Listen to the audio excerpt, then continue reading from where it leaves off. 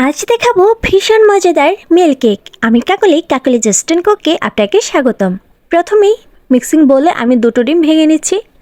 তারপর 1 কাপ পরিমাণ চিনি দিয়ে দিচ্ছি। চিনিটা দিয়ে খুব ভালো করে আমি নেড়েচেড়ে মিক্স করে নেব। খেয়াল রাখতে হবে চিনির দানা দানা ভাবটা যেন একদমই না থাকে। তো ডিমের সাথে নেড়েচেড়ে চিনিটাকে খুব ভালো করে সময় নিয়ে আমি মিশিয়ে নিচ্ছি। একটু সময় লাগে মেশাতে। তো দেখুন খুব ভালো করে মিশিয়ে নেওয়ার পর এখানে আমি দিয়ে দিচ্ছি 1 কাপ পরিমাণ ফুল ক্রিম মিল্ক পাউডার। যেহেতু আমরা মিল্ক কেক তৈরি করছি তো সেজন্য মিল্ক পাউডারটা একটু বেশিই লাগছে। তো খুব ভালোভাবে নেড়েচেড়ে আমি মিশিয়ে নিচ্ছি। দেখুন খুব ভালো করে কিন্তু আমি মিশিয়ে নিয়েছি আর ঘনত্বটা এরকম হয়েছে। তো এখন আমি দিয়েছি 1/2 কাপের থেকেও কিছুটা কম ময়দা। আপনারা চাইলে এখানে ময়দার পরিবর্তে আটাটাও নিতে পারেন, তবে ময়দাটাই বেস্ট। তো খুব ভালো করে নেড়েচেড়ে আমি মিশিয়ে নিয়েছি। এই যে দেখুন ঘনত্বটা এরকম হবে। তারপর এখানে দিয়েছি 1/2 কাপের থেকে কিছুটা কম রান্নার তেল। তো রান্নার তেলটা দিয়েও খুব ভালো করে আমি সময় নিয়ে খুব ভালো করে নেড়েচেড়ে মিশিয়ে নেব।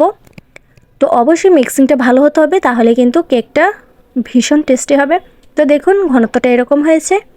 তারপর এখানে আমি দিয়ে দিচ্ছি 1 চামচ পরিমাণ বেকিং পাউডার আর দিয়ে দিচ্ছি সামান্য একটু লবণ, জাস্ট টেস্টের জন্য। তো নেড়েচেড়ে খুব ভালো করে আমি মিশিয়ে নিচ্ছি। দেখুন মেশানোটা কিন্তু পারফেক্টলি হয়ে গেছে আর ঘনত্বটা এমন হয়েছে আপনারা দেখেই বুঝতে পেরেছেন। তারপর আমি একটা বাটি নিয়েছি, বাটিতে আমি একটু তেল ব্রাশ করে নেব। তো এখানে আমি 1 চামচ মতো রান্নার তেল দিয়ে দিচ্ছি। তো আমি হাত দিয়ে খুব ভালো করে ব্রাশ করে নিচ্ছি। আপনারা চাইলে যে কোনো অয়েলি ব্রাশ দিয়ে ব্রাশ করে নিতে পারেন। তারপর এরকম এক টুকরো কাগজ আমি এরকম গোল করে কেটে নিয়েছি। তারপর এটার উপরে রেখে আমি একটু তেলটা লাগিয়ে নিচ্ছি। তারপর এখানে আমি কেকের যে মিশ্রণটা তৈরি করেছি ওই মিশ্রণটা ঢেলে দিচ্ছি। একটু সাবধানে ঢালতে হবে যেন পড়ে না যায়। তো মিশ্রণটা খুব ভালোভাবে ঢেলে দেওয়ার পর এখানে আমি দিয়ে দিচ্ছি কিছু কিশমিশ। তো এখানে চাইলে আপনারা আপনাদের পছন্দ মতো যে কোনো বাদাম দিয়ে সাজিয়ে নিতে পারেন। তো কিশমিশ দিয়ে আমি সাজিয়ে নিয়েছি।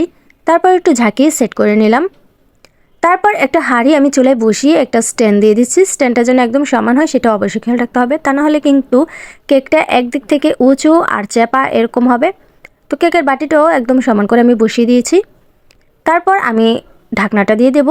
তো আমি ঢাকনাটার উপরে এরকম টিস্যু পেপার লাগিয়ে নিয়েছি, কারণ অনেক সময় দেখা যায় যে ঢেকে দিলে মানে ঢাকনাটা ঘেমে কেকের উপরে ঘামা জলটা পড়ে, তাহলে কেকটা পারফেক্টলি হয় না।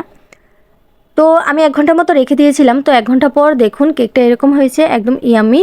তারপরে চাইলে আর একটু কম সময়ও রাখতে পারেন, তবে আমি এই কালারটার জন্য একটু বেশি সময় ধরে রেখেছি। তো কেকটা কতটা পারফেক্ট হয়েছে সেটাই আমি আপনাদেরকে দেখাচ্ছি। যে নিচের যে পেপারটা আছে সেটা আমি তুলে নিচ্ছি। তবে সত্যিই এই কেকটা কিন্তু খেতে ভীষণ টেস্টি হয়েছিল। আমার পরিবারের সবাই কিন্তু এই কেকটা খেয়ে অনেক পছন্দ করেছিল। তো এখন একটু কেকটা কেটে আমি আপনাদেরকে দেখাচ্ছি যে কেকটা কতটা স্পঞ্জি হয়েছে। তো বন্ধুরা, আমার এই রেসিপিটি যদি আপনাদের ভালো লাগে থাকে তাহলে অবশ্যই লাইক, কমেন্ট অ্যান্ড শেয়ার করে দেবেন আর সাবস্ক্রাইব করতে ভুলবেন না। পাশে বেল আইকনটি অবশ্যই অন করে দেবেন।